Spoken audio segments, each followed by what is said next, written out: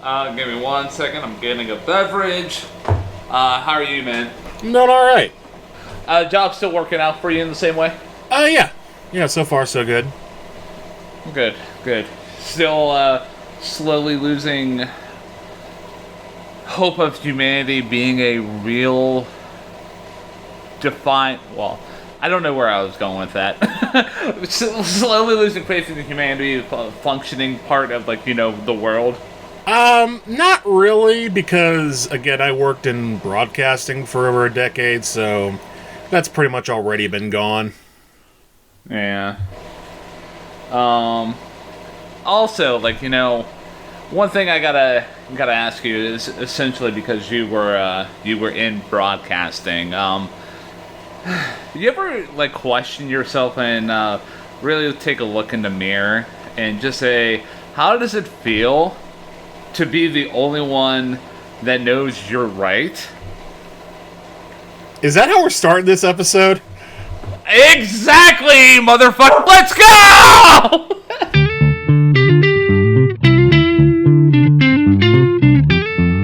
And welcome back, everyone, to the best music podcast on this side of the Mississippi. It is called Hey Listen to This. It is hosted by two dashingly good men who share the same middle name. I am the one, the only, the undisputed Ryan James Kearns.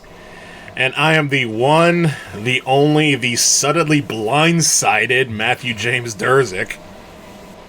And if you are new to this podcast here, if this is the very first episode that you are listening to, first of all, on behalf of me and Mr. Blindside here, I want to welcome you.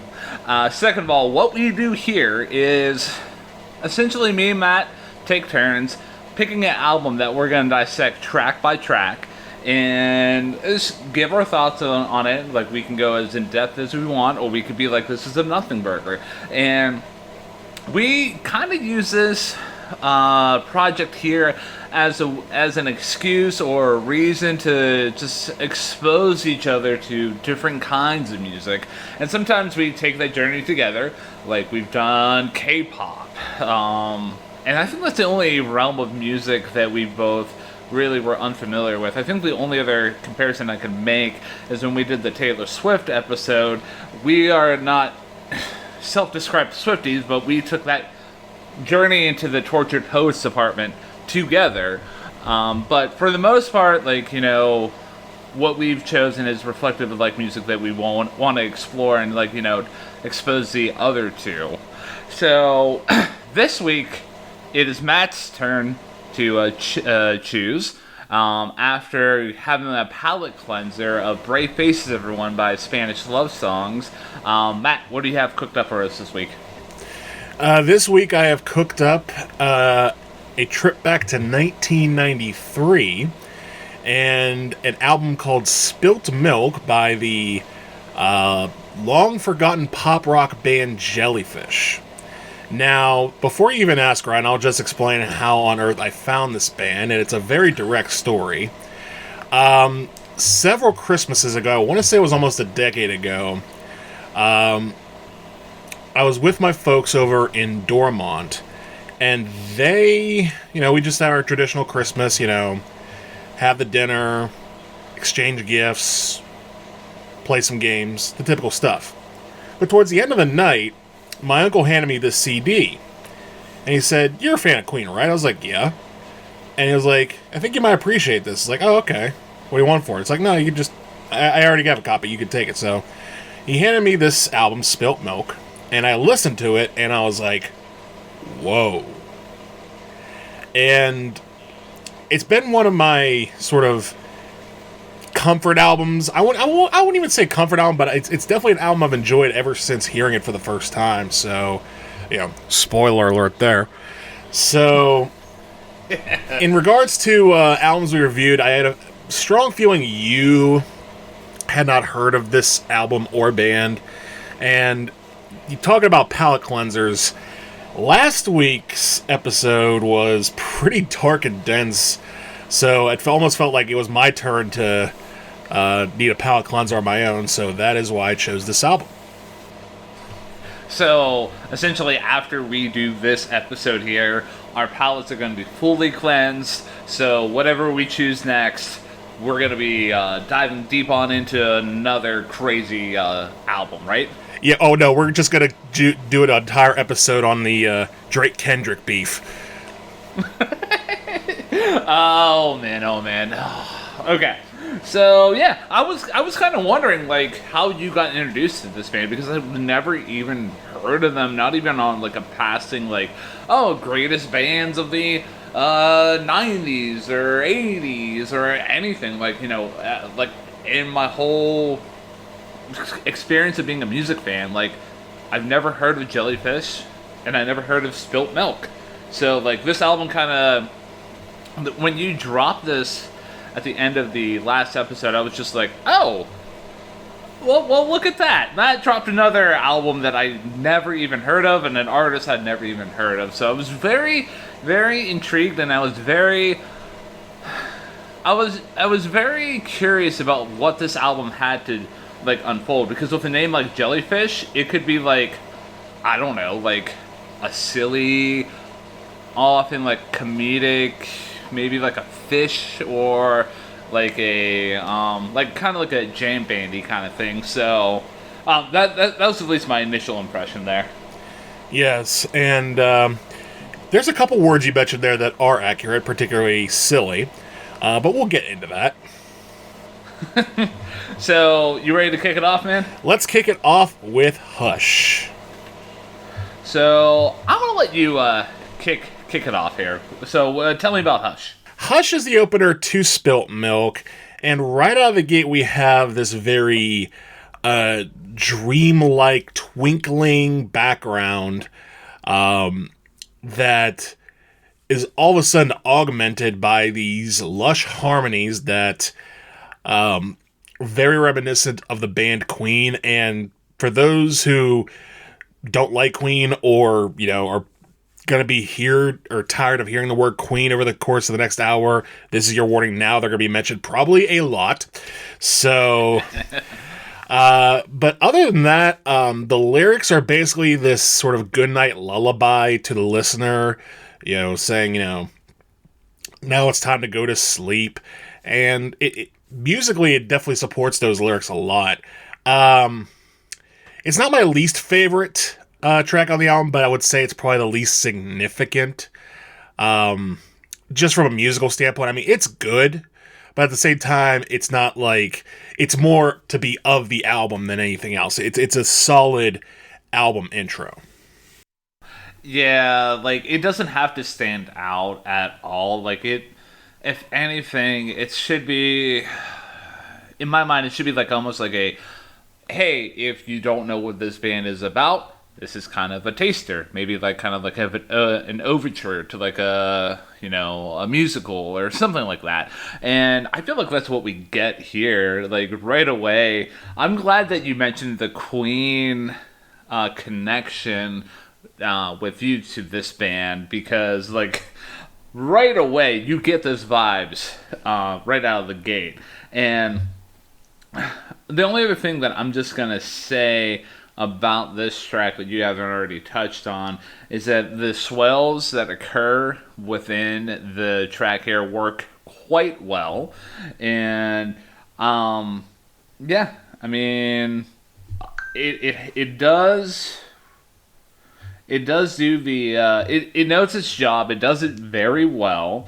And yeah, essentially just leads us into the it puts us back into that, that sleep that it wants us to go into right before we get into the next track, which is joining a fan club. And I'm just going to kick it off from there, man, because I don't think there's much else that we can really say about Hush. But really, thematically, you can kind of connect the two songs together. If I can remember the lyrics correctly, like the lyrics for joining a fan club, it has this person just laying in bed, looking at a CD and idolizing, like, this rock star, and you can connect it pretty well. I think this is an excellent part two to fully open up the album to the listener. The so the lyrics here are absolutely hilarious. Like, one of my favorite lyrics specifically in this track here is, "I still get heartburn when I think about all the stamps I ate." And then another one is, "filling our bathtubs with t-shirts and 8x10s." Oh man. So and not even expanding upon the lyrics as a whole, the instrumentation, it there's a lot of great work here. I know specifically in this track here, I was really digging the piano work, and the groove that occurs on the chorus is really great, and how the band transitions out of that chorus works so well. I agree, and it's funny that you were talking about how Hush was sort of an introduction to the band's sound, because I kind of disagree with that, because what you hear on Hush does not prepare you for what's coming on Joining a Fan Club. This track is very much a mix of psychedelia mixed with hard grunge, and even it has a lot of different elements, obviously the Queen harmonies, the hard rock of the guitars.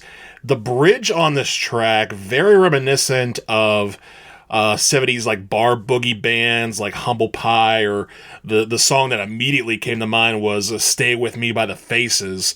The lyrics, like you say, again, they are all over the place, and a lot of them are very interesting and weird. And at first, I do like the song a lot myself, but at the same time, I will admit the lyrics are a teeny bit on the wordy side. Not in necessarily a bad sense, because it does make you just wonder, what's going on here. But overall, the theme of, like you say, worship, or as I had it listed, toxic praise, is very much wrapped up in what it's about. And more so, the song just sounds really good from top to bottom.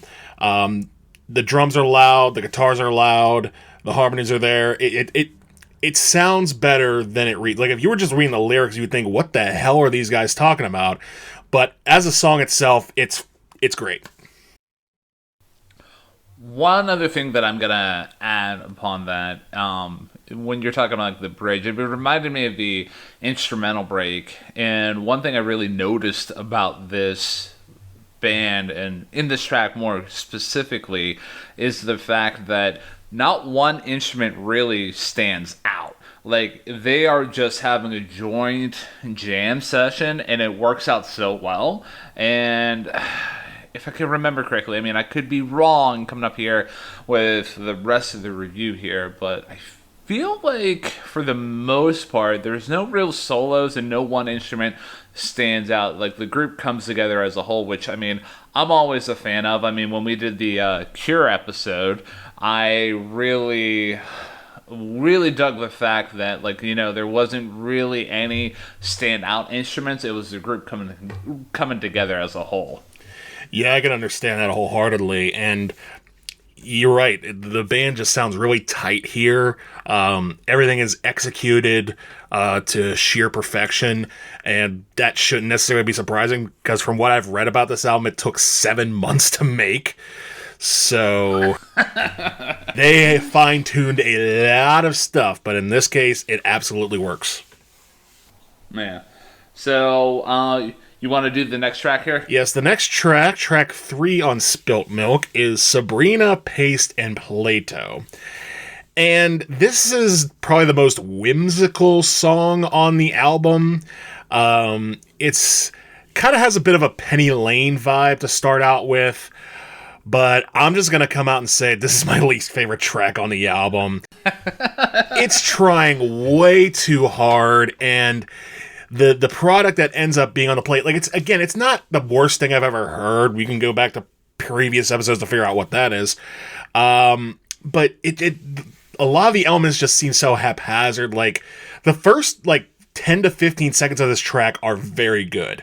And then it just goes like from one point to another. It's like, it's hard rock, but now it's whimsical again. But now it's hard rock again. And now it's like harmonies and like people are talking in these weird accents. And again, I understand what they were trying to go for, sort of almost like a proto-zombies type vibe. But it just seems like nothing connects together, and it just is art for the sake of art and not necessarily for the sake of cohesion.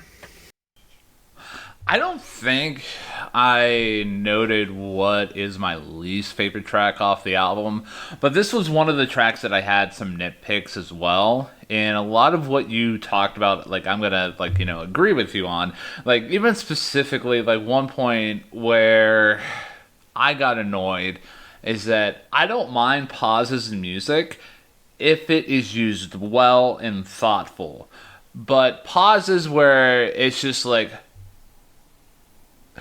and then let's go off and like go into a completely different direction. Like, whenever that occurred in this track here, I was just like, I don't like that. I mean, the performances, though, from at least my ears, were not so bad. Like, they were solid enough. It just, there were some awkward moments where the track became a little disjointed that was a little too... It did not land well to my ears, but I'm glad that you mentioned the Beatles kind of like, vibe here, because that's what I got right out of the gate.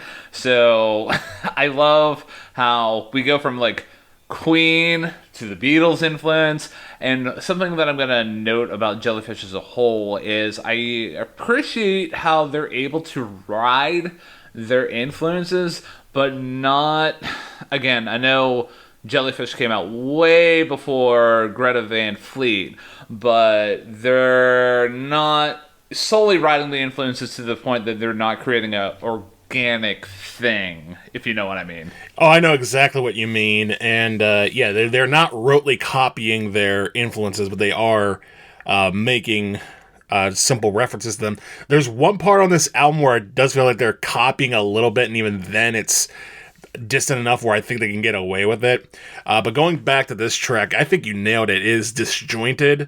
The parts on it are good, but they don't come together. Like the hard rock parts, they rock hard. The Beatles part at the beginning and like with the main chorus sounds nice, but it just feels like it feels like almost like a Frank Zappa pastiche of just weird clips being put together. And especially considering what's coming up, it sticks out like a sore thumb and not in a good way. One thing I'm going to add about this track, and then we'll move on to the New Mistake, is that a couple things that I did appreciate about it, which kind of left me feeling mixed about the track overall, is the chorus. It got stuck in my head, so it does its job very well there, and the interplay of the vocals, working with the background vocals, it does work out well here. But overall, like, I think we're both landing on the fact that this track is a little disjointed and like is unfinished and half baked, which is kind of a shame because like there are some good bones here. It's just if they maybe would have took this back to the woodshed one more time, they could have came out with a much better product. I like the way you said that, because it does feel like a pile of bones and not an actual skeleton. Yeah. So we are moving on to New Mistake, and it is with this track here that, well, with Hush, and going into joining a fan club, this album had my curiosity. And when we got to now that we're at New Mistake, this album has my attention. So, I really, really do like this song a lot. Like, I'm going to stand corrected. I do see that there is a guitar solo here, which is really solid. But, yeah, overall, like, I really do appreciate, like, how the track starts out with the nice rocking lush instrumentation, and then with the lyrics that are accompanying saying curtains open, spotlights a gentleman, signing his love letter, best wishes, simpleton. And I love that set of lyrics there. And also another thing that I'm going to note in this track specifically that we'll keep a running theme on for the rest of the album here is that we have so many random instruments on this track here. We have a clave, we have chimes, and we have some strings that go that accompany the traditional rock instrumentation. So I thought that was a really cool kind of almost like a flex, but it works out so well. Yeah, we go from what's probably my least favorite track on the album to what's probably my favorite track on this album. This song is fantastic. A lot of things you just mentioned, I agree with wholly. Again, the instruments, not the most typical ones, but they all play their own roles so very well. And specifically, you talk about lyrics. For my money, the second verse is my favorite, where it's talking about the baby being baptized in whiskey and licorice, and how what a way drowning sins and tooth decay. I love that line so much. The guitar solo, like you mentioned, is pretty good. The harmonies, again, work very well. And again, it feels like for all the weird lyrics that they've had so far, it feels like this is the most straightforward song on the album to this point. As far as just structure, and again, it's a relief to hear a more naturally progressing or naturally formatted pop song compared to what we had on Sabrina, Paste, and Play-Doh. And the outro to the song is so good. It just builds so perfectly. It just starts with sort of the organ with the bass and the drums, and then it adds the clavinets, as you said, and then it just keeps adding elements and elements and elements, and just carries things off in such a grand way. One other thing that I absolutely agree with you on that outro, and it just works out so well. One other thing I will make a note about this track here is that one moment that I really think is a little underappreciated, but I caught almost within my first listen, and it's going to stick with me every single time I spin this track here, is the moment in the track where the lyrics read, I land in your arms even though it's wrong because I love my new mistake. The way that the instrumentation works there, it kind of feels like you're landing in somebody's arms. You're catching somebody with your arms, and I don't know, that's an incredibly nerdy moment that I do appreciate. If the band can really put that sensation in your brain, but overall, like I said, we go from this band having my curiosity, now they have my full attention. I agree with you on that, because I mean, particularly, you talk about how it transitions in the chorus to those last couple lines. The drums that kick in right before he says, I'll be in your arms, even though it's wrong because I love my new mistake. And you just, right before you just hear either dun dun dun or dun dun dun. It's it works so well. And again, they spent so much time working on this album, making sure it was executed perfectly. And again, on this track, they succeeded. So the next track is the Glutton of Symphony. Symphony. I think, is that what Sympathy. It is? Sympathy. Okay, yeah. Yeah, so you go ahead and kick off this track here, because apparently I don't even know the title. So, track 5, Glutton of Sympathy, slows things down a little bit. It's more of a acoustic track, where really it's more or less just a guitar and vocal. It builds very strongly throughout the track without blasting. I do like the choruses on this track. The bridges are great. It's not necessarily a very standout-ish song compared to a lot of the tracks on the album.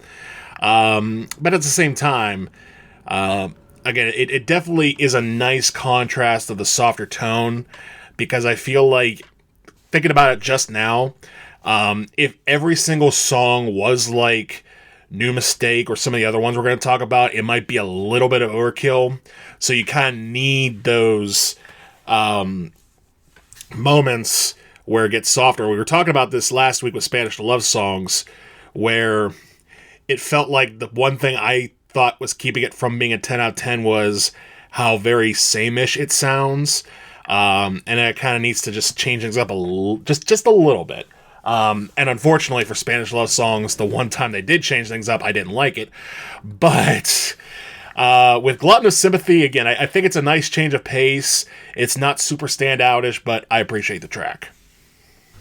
So this is my third favorite track off the album. Wow, all right. The reasons why is that the composition on it is very strong in my mind. Like, to kick it off, we get the bare instrumentations that are accompanied by crickets of all things, which adds a very nice touch, like backdropping the whole song there, at least kicking it off. And then around the minute 23 mark, which I think is the only time I've ever like time-stamped a moment in this podcast here, but I mean, this is where we're at. But around the minute 23 mark, we get fuller instrumentation, but the song never really goes full on rock mode until like its dying moments. And I mean, just overall, the instruments work out so well, and some of the lyrics are just really, really interesting and really, really good. Like, one set of lines that stood out to me was, "Oh, don't you know the stars are all fading? Let the sunshine capture the sparkle of your smile." And like, the feel of this song and how like it kind of comes. The subject of the song is at a crossroads in her life, and how the band's able to highlight that and just really embrace the feel of it while providing like great performances and great structure as a whole, made me really dig this song as a collective package. It stood out to me, man.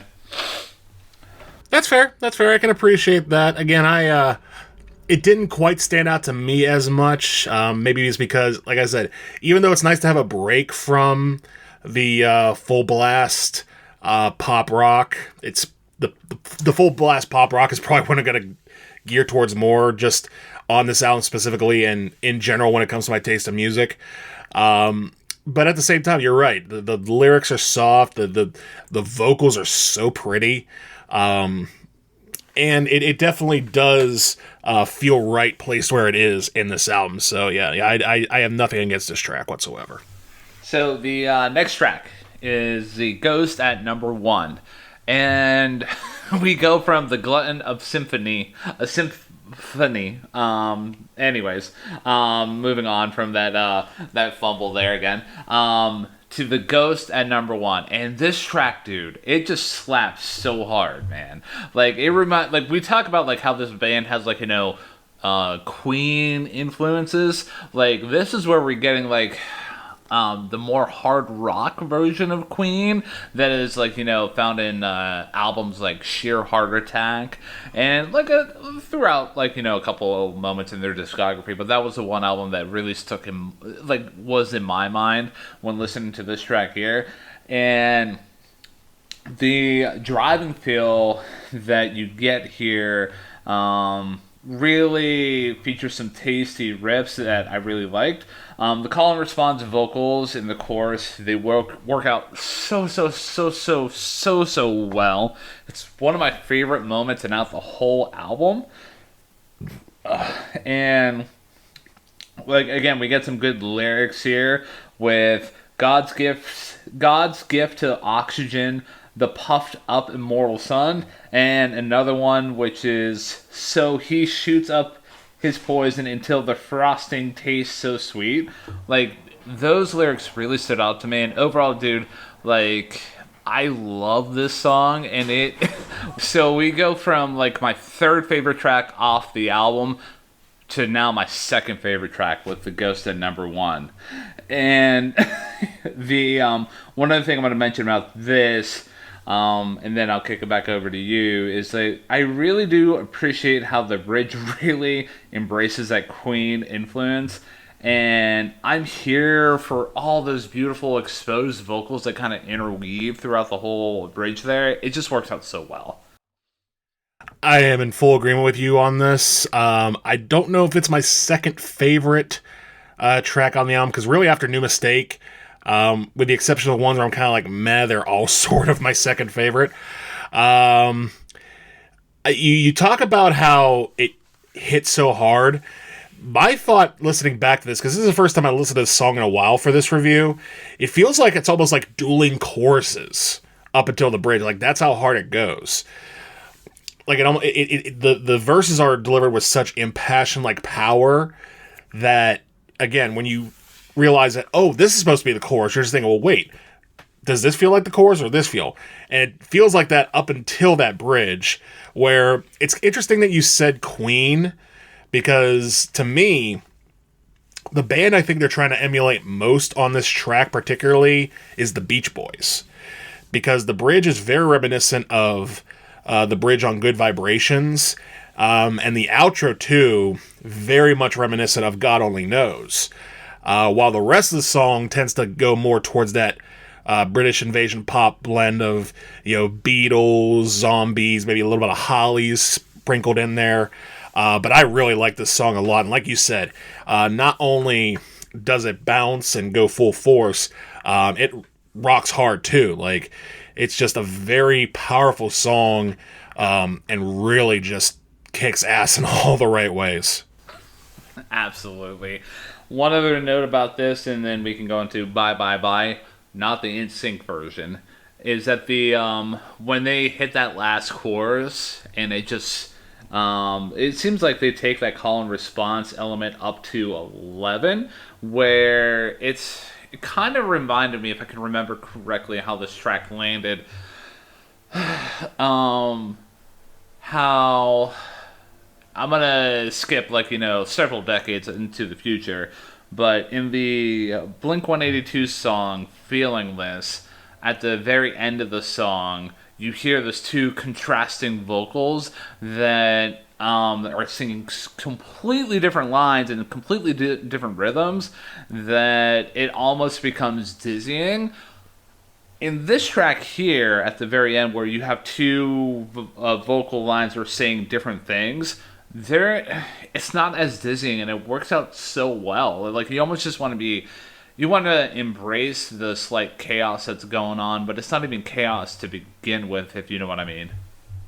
I know exactly what you mean. Again, it's for this to come off the way it did. Again, they polished this as much as they can, and it works so well. Because, and I've not thought about that. That's actually a very good point about the, calling up Feelingless as far as, a sort of bookmark in what this sounds like. Because they do this a lot on this album, where the main guy is singing one thing and the background vocals are singing something completely different. Just off the top of my head, I can name like 2 or 3 or 4 songs on this album that do that. And every time it works. Every time it works just about as well. Maybe with the exception of Sabrina Pace and Plato. So, the next track, you want to tell us about the next track here? The next track number 7, is Bye Bye Bye. And as Brian mentioned, no, it is not the NSYNC song. It is a very different song. This song is probably the most, or one of the most straightforward songs on the entire album, because while other parts of the album, whether it be joining a fan club or the one we just talked about, The Ghost number 1, tend to delve into different avenues during the bridges and outros, Bye Bye Bye pretty much stays what it is throughout, which is almost like a ragtime type of feel. And it almost seems like a song you would hear at a musical, in a sense. Sort of like because the song itself is very clear lyrically about what it is, which is about divorce or breakup. It almost feels like this is, some outsider's view of it, saying, like, I love the lyrics on this where it's talking about, the wedding cake being thrown into Cupid's face. Like, oh, that's so good. And again, I think this is one of the better tracks on the album too. It's very straightforward. It's a very straightforward pop song. It almost feels like, they're watching this, love go to waste, and they're just watching idly by as they're just, wondering what's going on. One thing that you didn't mention, and I don't know if I'm trying to fabricate the the tendency of this band to like embrace like influences from the 70s and 80s, is right away this song reminds me of a song by a band that we've not discussed yet, and that band is The Doors. And the song in question that I'm talking about is the Alabama song. Like, just the feel reminds me of it, and like ever since I came to that realization, I can't escape it. I don't know if I'm just trying to fabricate that influence there, but yeah, like I got such strong vibes there. But in my opinion, this is overall a solid song, like you mentioned. You mentioned about the throwing the cake into Cupid's face, which is an excellent lyric. I would absolutely agree with you.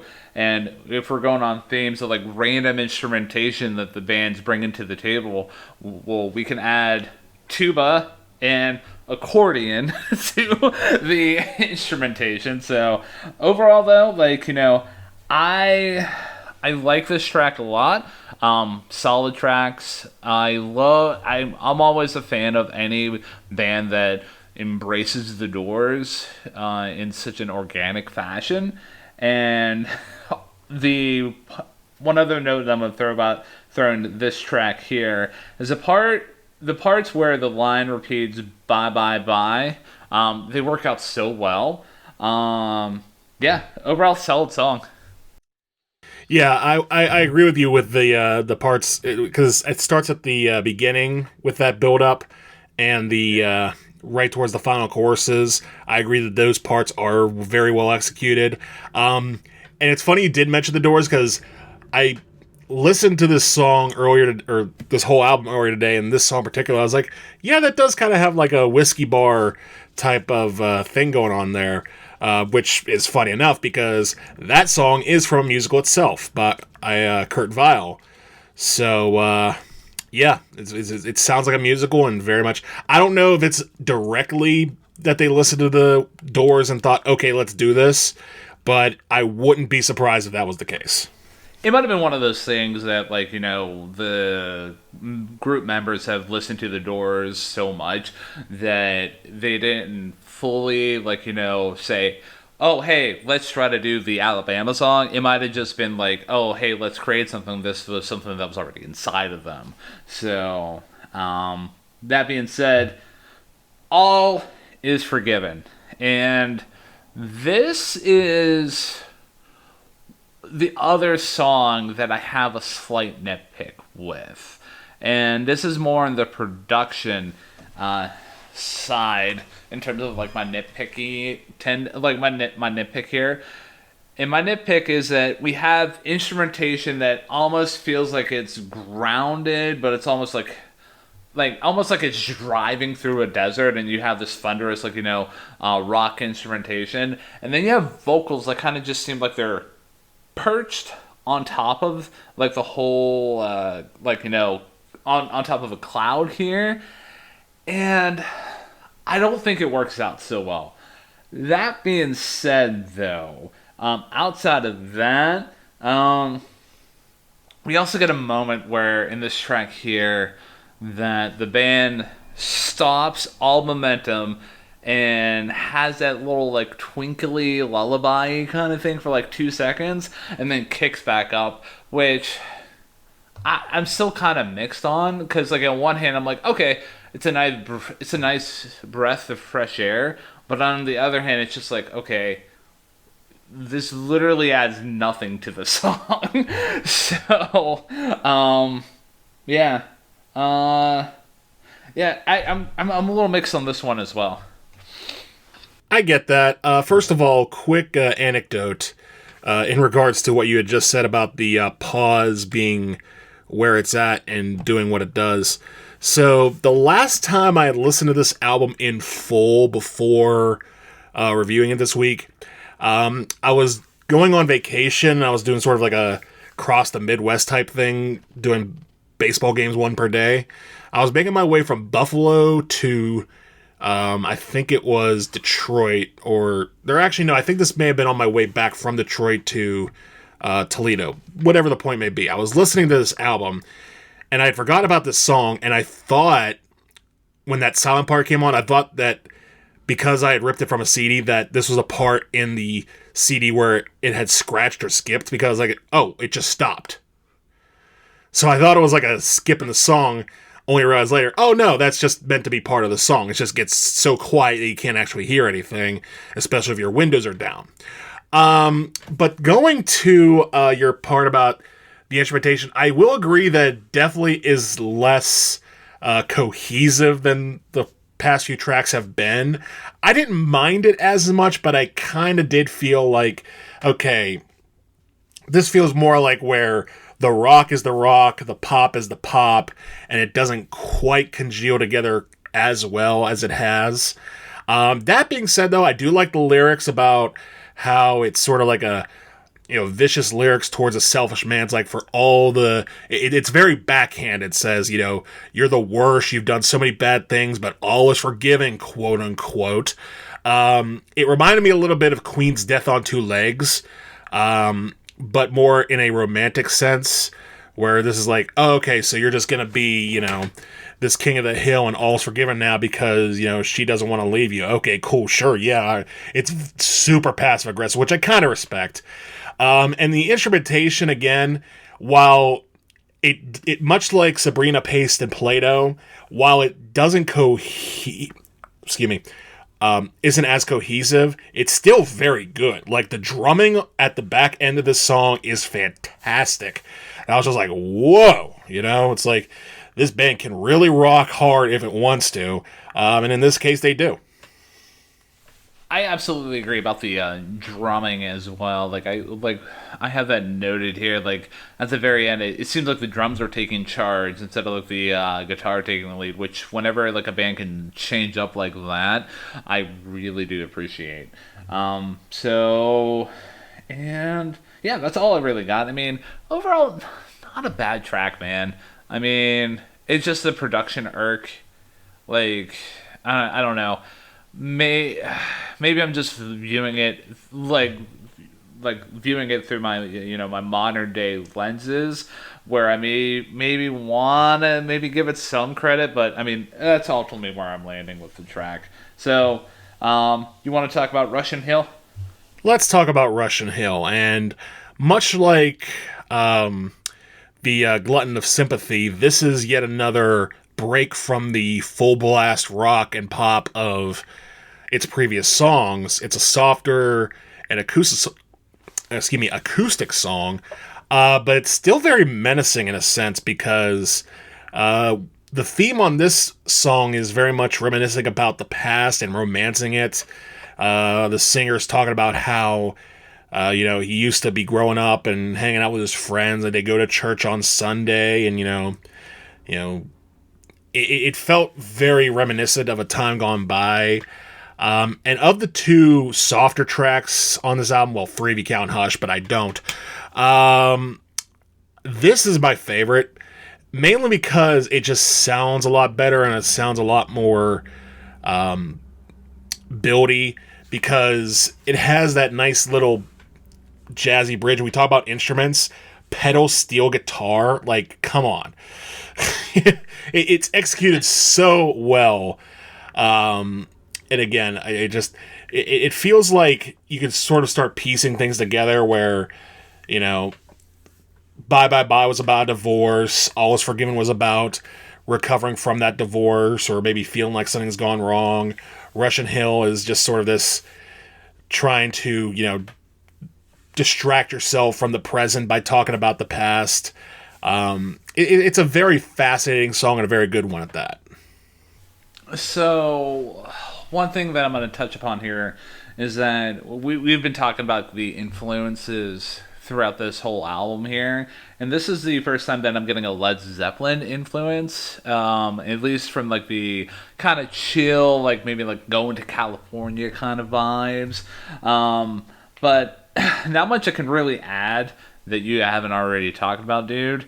I like the background vocals. I feel like they're a nice touch here. I love the, like, compositionally wise, I love how you get like the acoustic guitar and then you get like, just splashes of other instruments that are just sprinkled throughout the song. I feel like it works out really well, and the way that they're able to lay out the framework of the lyrics here, they really paint an excellent portrait of what was going on. Like, you almost feel like you're driving through the area with the subject matter of the song. One of my favorite lines in the track here is, "Past cathedrals filled with God's favorite guest, dirty hands feel clean, dressed in their Sunday best." So that might be like that's obviously a backhanded, thing against the church. And another nice moment is when the following lines hit. We get the hints of that pedal steel guitar that you mentioned. "I'm pulling through the last stoplight," and it almost feels like we're coming to the end of the journey, and like we're getting to like almost like the city kind of feel. But overall, like, good song. It's not one of my favorites off the album, but again, there's not really any nitpicks. It's just a really cool song because like it doesn't hit you in the face with like rock instrumentation. It really embraces that chill vibe very well, and it also has some really interesting lyrics to accompany the whole thing. I agree. Again, it's a softer song, but it still has sort of a menacing tone in it because of the lyrics and because it doesn't necessarily it's soft without being light. Yeah. Another thing I want to note about this, and I didn't do too much research into it, but like, it's interesting that this is called Russian Hill, and like, this could almost, again, I think around the time that this album was released, like, either we were still in the Cold War with Russia or we were just exiting the Cold War with Russia. But, like, Americans' view of Russians, like, well, even like nowadays, to be honest with you, is like, hey, they're cold, distant people. Or, I mean, like, they could be like, another view could be like, well, Vladimir Putin is a dictator and, like, we feel bad for all the Russian people, which, I mean, that is not this podcast. It is not. And quite honestly, I wasn't thinking about that particularly when thinking about this song. Because when I hear Russian Hill and, the two of us being in and around the Pittsburgh area, we have hills like this everywhere in the city. We have Polish Hill, Spring Hill, Squirrel Hill, the South Hills, the North Hills. There's just a lot of hills in Pittsburgh. So to me, it just feels like, this could be like a suburb of a city where, it's called that because that's where Russian immigrants went to. And it just so happened that's where we grew up. So that's the vibe I got from this. Yeah, I might be trying to read too much into, like, just a nice, simple, like, rock track here. So, speak about reading too much into a rock track. So, the next track is "He's My Best Friend." And, on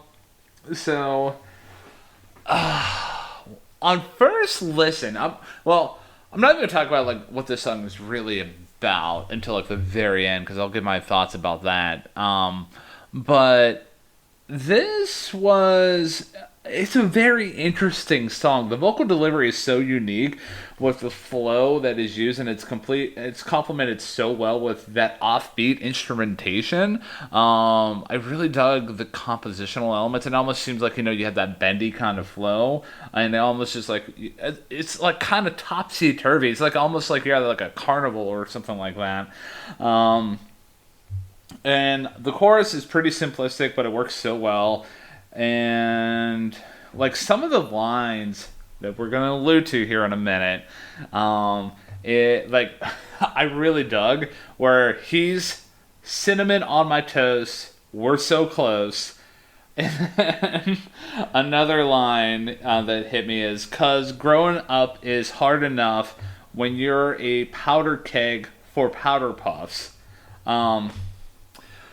So the way I walked away from the song initially without actually clicking on any genius annotations or like just like, hey, this is what the song is about. I'm like, is this like, I don't know, like a possible like, hey, I was growing up and I had this other friend who was of the same sex to me, and this is possibly like a pro LGBTQ song. Until I realized pretty bluntly what the song is about. And the song is about this man's relationship with his member.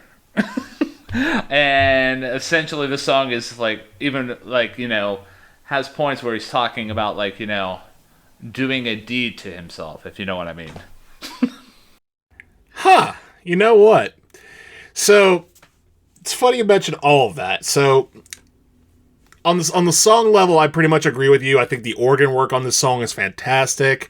I think it's a nice driving, just straightforward pop song. It might be the most straightforward song on this entire album, musically, which is kind of hilarious because of how intrinsic and thought-provoking the lyrics are. Because, much like you, I had listened to the song several times over and thought, okay, this might be a little tongue-in-cheek, but, it may just be about two dudes who are close together, close as best friends.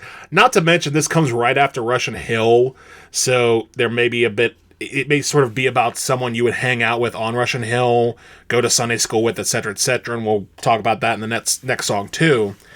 But when I reread the lyrics on Genius, like you had done, I thought, oh, well, clearly this song is implying that this man may or may not be a homosexual.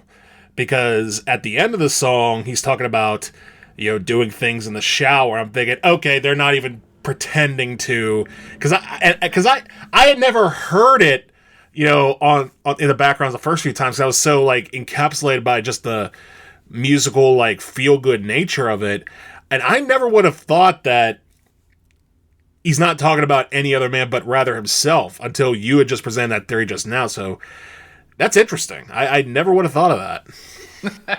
Yeah, I can't name too many songs that have that as the subject material where they're talking about a man's relationship with his, like, his sex organs. Yeah, it's very interesting. Yeah, I have nothing else to add. Do you have anything else? No, not really. So the next song, what's the next song? The next song, the penultimate song on Jellyfish and their album Spilt Milk, is Too Much, Too Little, Too Late. And once again, we find a lyrical follow-up to the last two songs, which now, considering your theory, makes me wonder things. Because if He's My Best Friend is about someone who... let me put it this way. If He's My Best Friend is about being friends with a dude, it feels like Too Much, Too Little, Too Late is about that friendship breaking up. Because it feels like, say farewell... We're through. Don't feed me all the stuff that we taught in Sunday school. Talk about, going to church in Russian Hill. So that's why I thought it was, truly about, some friend that he knew. But if this is about what you're saying it's about, is this supposed to be an allusion to circumcision? I don't even know at this point. You might be reading too far into it, man, to be honest with you, because... I probably am. I probably am. I don't think in any right mind, like, a man would ever write a song about that. But, I mean, we've had movies that... Yeah, anyways, this is not a movie podcast, so... Anyways, getting back to Too Much, Too Little, Too Late. This could have easily crept into my top 3. It did not, though. But, like, just the way that this track flows so well, and, like, there's such savage lines in here. Like, the savage lines that I'm referring to is, farewell, you fool, spare me the punchlines, please, I learned it well at Sunday school. Way back when you loved was the grease paint, not the collection plate. Like, that, when that line hit, I was just like, oh, damn, okay, telling this person off so well. And one other moment that I really loved throughout this whole track is whenever, like, how each verse ends with the lyric, too much, too little, too late. It wraps up every single verse in such a nice fashion. It was so good to my ears. It is such a great song musically. Again, another straightforward song I have in my notes is just a good-ass, solid pop rock song, which it is. The production on this song and the rest of the album is A+. I really like how the bridge, it's sort of split up into 2 parts, where it has the lyrics about, going to Chesterfield, and then it sort of builds there. And then it drops into that hard, crunchy guitar with the hand claps. It's just like, mwah, it's so good. The outro is very good too, where it sort of alters the chorus without altering it too much. Again, it's just a really good song. And again, lyrically, I may have been reading way too much into it, but that's only because of the theory you gave me.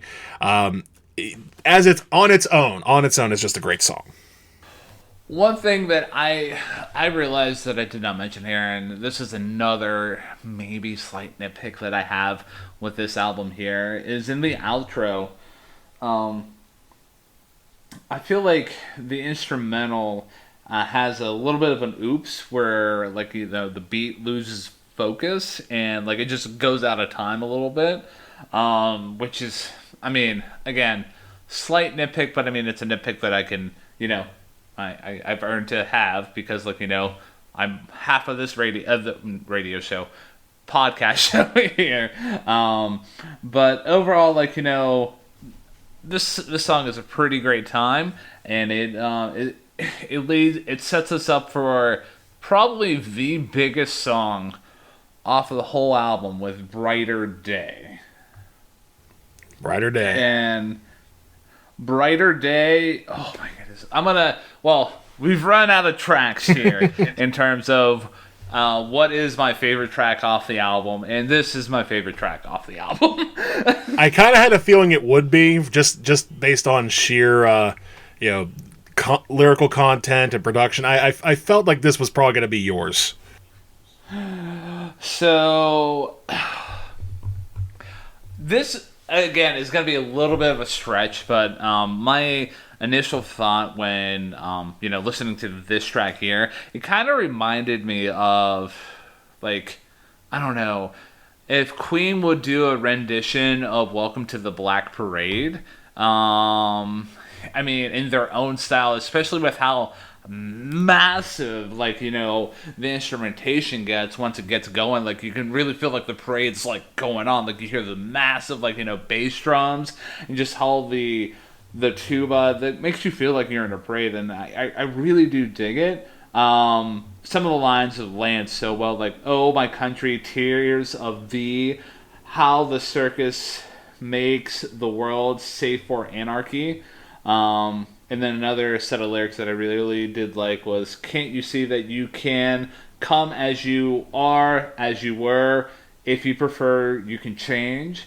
Like, I dig that. And it's like almost like kind of poking fun of, like, the country as a whole, saying like, hey, you can be who you are or who you were, or I mean, if you want, you can change. It really doesn't matter what you are in this circumstance. And the layering of vocals again in this track here that we've heard throughout the whole album, they work out so well. And also, it's kind of funny, like halfway through the track, it just seems like it resets and it just goes back into this great jam session that basically lasts for the last, like that goes into the last chorus, which goes over so well. Yeah, you pretty much hit the nail on a lot of the heads there on this final track. I do find it funny you mentioned the lyrics of "Come as you are, as you were," and not mention Nirvana, because I felt like that's a very blatant dig. Well, maybe not dig, but reference at least to what Nirvana was doing at the time, or had been doing, I guess. But yeah, I agree. The lyrics on this track are fantastic. I myself thought a little bit of "Welcome to the Black Parade," in a sense, during this track. Again, the circus-like orchestra that they have for it with the tuba and the big bass drum, the harpsichord going on in the back, it all just blends so well. And the only real bad thing that you could say about this track is that it's still relevant in 2024, maybe more so than it was in 1993. Because, my goodness, like, I'm sure if you play this track at a political convention, they would say, "Oh, it's about that guy." So it's like, you're missing the point. It's just, no. But yeah, I really like the lyric at the very end where he's talking about turning bullshit into marmalade. Like, that's just an A+ line right there. It's a great way to close the album. And we're talking about influences. Like, there's obviously some Beatles influence on there, particularly with the outro, as it sort of, builds all these final instruments to this grand crescendo before dropping out and going right back to the same chords or same, like, little doo that you hear on the beginning of the record with Hush, implying that, oh, here we go again. We're at the end of the album, but we're basically at the beginning of this all over again. My thoughts exactly, man. Like, if you can tell, like, this album was made in the era of, like, CDs where they had that in mind, like, oh, hey, if you just want to go back and, like, just listen to the opening track, it works out so well. Like, it's almost like its own seamless transition. Agreed. And it will be kind of interesting to try that and just say, oh yeah, if you put this at the end, will it loop around? Granted, that would take a lot of time in order to pull that off, but so be it. But yeah, great way to close the album. And it's also the fact that it sounds slightly a mix of cynical but also optimistic, especially with that last line, "It can't help but be a brighter day." Basically saying things can't get any worse, right? Yeah. So we did it, man. We did it. We went jellyfishing. And we found out what happens when jellyfish spill milk. All right, sure. Let's that's a sentence that came out of your mouth. Let's go with that. All right, so I'm gonna go ahead with my overall thoughts on the album and the rating, and then I'll kick it over to you, dude. Like, this was such a great listen for me. Like, yes, I had nitpicks here or there, but like the way that the band was able to ride their influences so well while creating like such an organic creation, and like it makes me appreciate the band, and thank you for introducing me to this awesome band here. Like, you have songs that slap very hard, and you also have songs that can dial back on the structure, like contrasting like two songs, so like right off the top of my head, like New Mistake, Russian Hill, and then also you get songs like Brighter Day, The Ghost of Number One, and The Glutton of Sympathy. Anyways, I'm never gonna get that track title right. Like, I'm never gonna remember what the FX whatever that track was that I couldn't remember. But I mean, at the end of the day, I'm who I am who I am. But like the band experiments so well with songs, and the performances come out so good that I'm gonna easily be diving back into their catalog and just trying to see what else they have to offer. Overall, like what I'm thinking in terms of rating, I'm gonna give it a solid 8 out of 10. I can respect that 8 out of 10. I will warn you right now that if you are going to dive into this band's output, you are going to break your nose because it is at the shallow end of discographies. This is the last album they ever released out of 2. So, well, that's so disappointing. It's very disappointing because I agree with you wholeheartedly. This is such a great listen. I appreciate my Uncle Dan giving this to me so many years back. It's been, again, a very comforting listen every time I've listened to it. The execution is fantastic. The production is perfect. Except for a couple times where it feels like they try too hard. Everything just seamlessly fits together into an album that realistically has so much, like you said, influence in like 60s pop and 70s rock, and yet somehow still manages to sound very, very 90s. And comparing it to the last pop rock album that we did, which was Bleed American by Jimmy Eat World, I like that album quite a bit. I think I like this album just a little bit more. I'm going to give it an 8.5 out of 10. All right, cool. So collectively, our scores combine to average 8.25 out of 10 because I can math. Unlike my inability to say sympathy. There we go. There we go. Now, note to Matt, just edit that part into every single time. I was just going to say, I might just take that and be like, and then people are going to be like, he sounds like he's saying it the same every single time. Oh, that's why. All right. So if you did like that, if you've listened to this review, and if you know of this album, and you're like, hey, what would we recommend next? Or hey, if you're listening to us and because you like us and you want to get good music recommendations, well, first of all, thank you. Second of all, my next album recommendation, it's going to be Sheer Heart Attack by Queen. Excellent instrumentation throughout that whole album. Band experiments with song structures. The instrumentation works out so well. Excellent vocals. It's an easy recommendation for me. And for my next recommendation, and I might be repeating something here as far as an album recommendation because I might have used this album before, but I'm just going to go with it anyway. It's another album that was very much influenced by Queen, but at the same time very reminiscent of the time it was released. But this time it's more pop and high-end dance beats and a little bit of indie vibes as compared to the grunge that was surrounding the making of Spilt Milk. The album is from 2012. It's called Some Nights by Fun, and it very much sort of falls in the same mold of drawing influences from the likes of Queen et al. Without rotely copying them. So Some Nights is my recommended album choice. Cool. So, that being said, it is my turn to pick our next review. So, are you ready? I am ready. All right. So, I'm not going to give you any context of why I'm presenting you with two options until after you choose, because I feel like I might give it away. So, for our next review, do you want to go to England or do you want to go to Boston?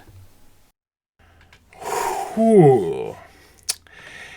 You know what? I'm feeling Boston. Okay.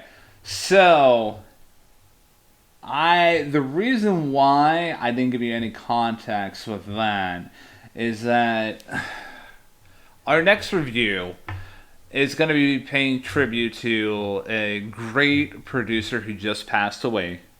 recently. That being Steve Albini. It's not going to be the first purely produced Steve Albini album that we've talked about on this show, because we've talked about In Utero, which is probably his most famous production. But for our next episode, we're going to be talking about, I would say, probably his second most famous production. It's going to be a band from a band called Pixies. And the album is going to be Surfer Rosa. So if you are listening to this part of the episode, if you've never listened to Surfer Rosa before by the Pixies, listen to that before you listen to the next episode. That way you're familiar with what me and Matt are about to talk to. And also, hey, if you've listened to Surfer Rosa before and it's been a minute, go back into the album, familiarize yourself with it, because me and Matt are about to dive into one of the most well-known alternative acts of the 90s as a whole. So, that being said, do you have anything else to add about, Spilt Milk, Jellyfish, Steve Albini, anything else at all before we close her out here? No, except that, again, I would recommend that people go listen to Spilt Milk, because it is a great listen. And I am very intrigued to hear, because I have heard of Surfer Rosa, and I have heard its, acclaim in the past, but I have not taken the time to listen to this album myself, so I'm in for an experience with this one. All right, so if you've gotten to this point of the episode, let's face it, just look inside yourself and just realize that you like what me and Matt have to bring to the table. Because otherwise, we're over an hour in to the episode as of this point, and you're still listening to me talk right now. So if you want to support what you are liking, which is the right thing to do, because, treat yourself to, more content from me and Matt, is that on that podcasting platform of choice, give us a subscribe, a follow, and also leave a positive review on that platform. If you're listening to this on the website that is called YouTube, like this video, subscribe to the channel, and then in the comments, drop an emoji of how you felt about this review as a whole. If you want to write to us directly, and if you're like, hey, I like these guys, I want them to talk about this specific album, well, the platform that you can do that is throw us an email at ttheylisten@gmail.com. And if you want to stay up to date with all the episode drops, and you want to support us on social medias, we have Facebook, Instagram, Twitter, and Threads. The tagline, I think everyone can guess that at this point, it's TT Hey Listen. But yeah, for the last time in this episode about Jellyfish spilling milk, I am the one, the only, the undisputed Ryan James Kearns. And I am the one, the only, the mostly recovered from the blind side, Matthew James Durzik. And we are inviting everyone to come and join the big parade, because, let's face it, it's going to be a brighter day.